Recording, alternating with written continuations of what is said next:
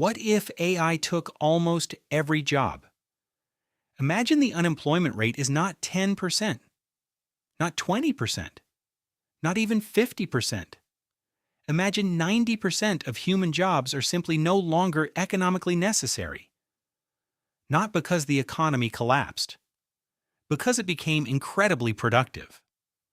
A superintelligent AI can design software better than programmers, diagnose disease better than doctors, manage companies better than executives, and control robots that drive trucks, construct buildings, operate factories, harvest crops, clean streets, and deliver products. Factories are running 24 hours a day. Companies are producing more than ever. Stock markets are booming. GDP is exploding. And millions of human workers are receiving nothing. That creates one of the strangest questions economics has ever faced. If machines can produce almost everything, but humans no longer receive salaries, who has the money to buy what the machines produce? And even more importantly, which countries become unbelievably rich and which countries become economically irrelevant? Before we continue, subscribe to the channel because this is not simply a story about robots taking jobs. It is a story about who owns the economy when human labor is no longer valuable. First, this is not today's AI. We need to make one thing clear. Today's AI has not replaced most human workers. The International Labor Organization estimates that around 1 in 4 jobs worldwide has some exposure to generative AI, but it says transformation is currently more likely than complete replacement. The exposure is also much higher in wealthy economies because they have more office, professional, administrative, and knowledge-based jobs. So our scenario goes much further. We are imagining superintelligence combined with capable robotics, where almost anything a human can do economically can be done faster, cheaper, and better by a machine. And if that happens, the first shock might actually look wonderful. The biggest productivity boom in history. Imagine a factory employing 10,000 workers. After superintelligence arrives, the company replaces most of them with autonomous robots. The robots do not need salaries, vacations, sleep, retirement benefits, or lunch breaks. Production becomes faster and cheaper. Now multiply that across banks, hospitals, construction companies, farms, warehouses, software firms, transportation companies, schools, restaurants, and government offices. The amount humanity can produce could rise enormously. Companies owning the AI could become extraordinarily profitable. Electricity, chips, robots, data centers, land, minerals, and intellectual property could become some of the most valuable assets on Earth. But then comes the first major turn. Every worker who gets replaced is also a customer who has just lost a salary. One company replacing workers makes sense. Every company replacing workers creates a completely different economic problem. Because wages are not only a cost to companies, they are also how ordinary households receive purchasing power. If nobody works, who buys anything? Suppose robots produce 100 million cars. That sounds like abundance. But if millions of former workers have no income, companies can produce enormous amounts and still struggle to find customers.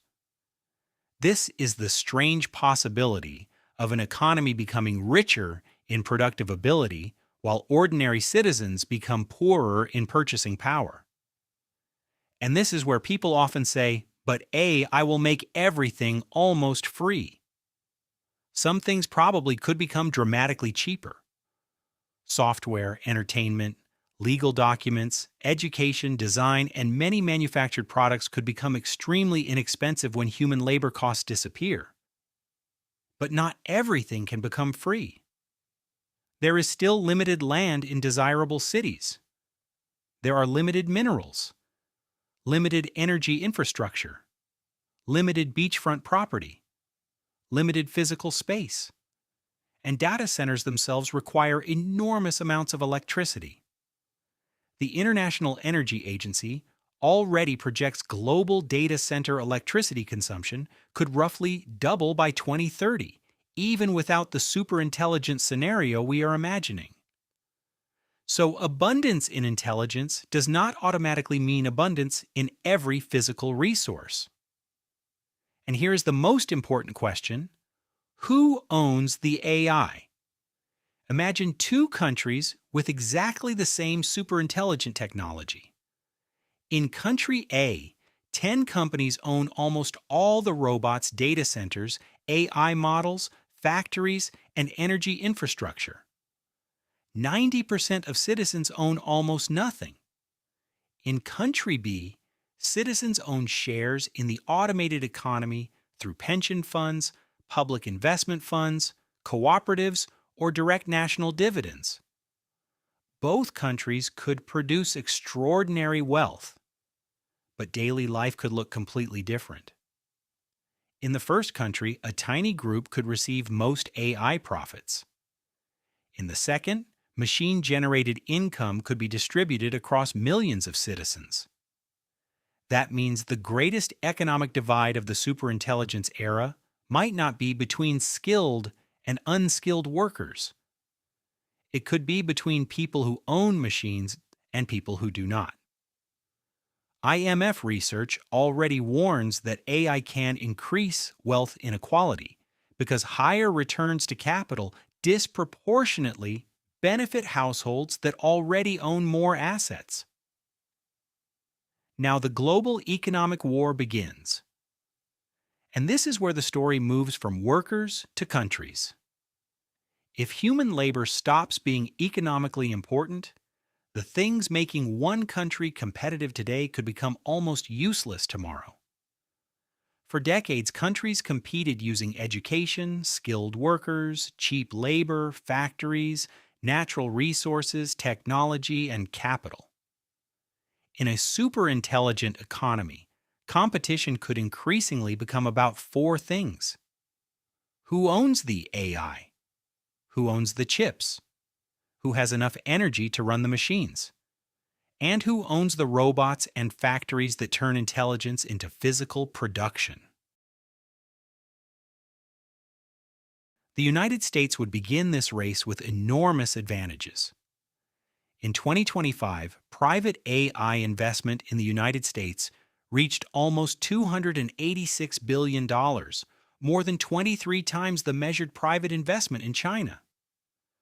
America also hosts many of the world's most important AI firms, cloud companies, chip designers, and capital markets. If American firms reached superintelligence first, the United States could capture enormous global profits. But America could simultaneously face one of the world's greatest internal inequality problems. The country could become richer while millions of Americans lost their labor income. GDP could rise while economic power moved toward shareholders, founders, pension funds, technology companies, and owners of infrastructure. America's biggest AI challenge might therefore stop being technological. It could become political. How much of that machine-generated wealth should remain private? China would enter from a different position. The United States currently leads strongly in measured private AI investment, but the performance gap between leading American and Chinese AI models has narrowed dramatically. China also has something extremely important for the physical AI economy: manufacturing scale. If intelligence becomes cheap, turning that intelligence into millions of robots, vehicles, batteries, machines, and automated factories could become equally important. America could control some of the smartest digital brains, while China competed to manufacture enormous numbers of physical bodies.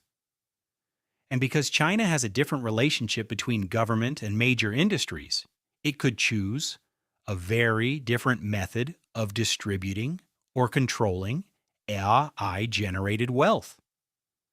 The AI economic war might therefore become more than a race for the smartest model.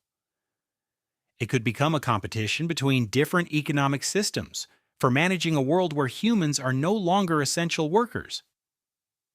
Europe. Europe faces another problem. It has wealthy consumers, strong universities, advanced industries, and large welfare states, but it has historically depended heavily on American technology platforms. The European Union is now spending billions expanding sovereign AI infrastructure, including AI factories and planned gigafactories. If mass unemployment ever arrived, Europe's welfare institutions might make redistribution easier. But if European citizens received government payments, while the AI generating the profits was owned in America, Europe could slowly become a customer rather than an owner of the automated economy. That creates an uncomfortable question. Can a country remain truly wealthy if it consumes AI services but does not own the technology producing them? Russia. Russia would have one very valuable advantage: energy. A machine economy requires enormous power, and Russia has major energy resources. But energy alone is not enough. Russia currently trails the United States and China in AI and faces Western restrictions on advanced computing hardware. Russia's largest bank, Sberbank, has even explored Chinese AI chips for its GigaChat system because sanctions restrict access to advanced Western hardware. In a superintelligence economy, Russia could therefore face a strange future. It might possess huge amounts of energy and raw materials while becoming dependent on another country for the intelligence running its machines. Escaping technological dependence on the West could simply mean becoming technologically dependent on China. And developing countries could face the biggest shock. This may be the most controversial part. For decades, poorer countries could attract investment partly by offering lower-cost labor. Factories moved to places where workers were cheaper. Call centers, accounting, programming, and business services could also be outsourced internationally. But why move a factory 10,000 kilometers to find cheaper workers if robots at home require almost no wages? Why outsource customer service if an AI agent can provide it almost free? In today's world, high-income countries already account for around 87% of notable AI models and 77% of global co-location data center capacity, despite containing only a minority of the world's population. If that concentration remained during superintelligence, poorer countries could lose the advantage of cheap labor before they had accumulated enough capital to own the machines replacing it. Some could become richer if they supplied energy, minerals, land, or infrastructure. Others could become permanently dependent on paying foreign companies for intelligence. The World Bank already warns that unequal access to compute, data, infrastructure, and skills could widen the economic gap between countries. So do we just give everyone universal basic income? This sounds like the obvious solution. If AI does all the work, simply give every person money. But where does that money come from? If governments simply print unlimited money without increasing the amount of scarce goods available, prices could rise. The sustainable question is not really how governments create money. It is how citizens receive a claim on the goods and services produced by the automated economy. Governments could tax AI profits, tax capital, own shares in AI companies, create national investment funds, or give every citizen an ownership stake that pays an AI dividend. Recent economic research is already exploring how fiscal policy might need to change if AI increases productivity while reducing labor income and increasing capital's share of national income. But then comes the political problem. If governments heavily tax AI, companies could argue that innovation will slow down. And if America taxes its AI companies aggressively while China does not, American leaders could fear losing the technological race. But if governments do nothing, wealth could become concentrated among a small number of machine owners. So governments could face an extraordinary choice: protect private ownership and risk extreme inequality, or redistribute machine wealth and risk reducing investment, innovation, or individual economic freedom. There is no simple answer. The final turn. Superintelligence could create the wealthiest civilization humans have ever experienced. Food could become cheaper. Medicine could improve dramatically. Factories could produce enormous quantities of goods. Education could become personalized and almost free. Humans might no longer need to spend most of their lives working simply to survive. That sounds like economic paradise. But exactly the same technology could create another world. A world where a few corporations or governments own the intelligence, robots, energy systems, factories, and data centers, while billions of people own almost nothing. The real question is therefore not whether AI will create enough wealth. Superintelligence might create more than enough. The real question is who receives the right to consume that wealth. For centuries, society answered that question mostly through work. You provide labor. You receive wages. You use those wages to live. But if machines eventually make human labor economically unnecessary, that system stops working.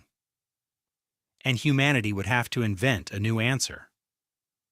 So here's the controversial question. If superintelligent AI eventually performs almost every job and produces most of society's wealth, who should own it? The companies and investors who created it? The government? Or should every citizen automatically receive an equal ownership share simply because human labor is no longer needed? Choose one side in the comments. Private AI ownership, government ownership, or AI ownership for every citizen. Because the most important economic question of the AI age may not be whether robots take our jobs. It may be what happens to capitalism when humans are no longer needed to earn a salary. If humans are no longer needed to create wealth, should billionaires still be allowed to own the machines that create almost all of it?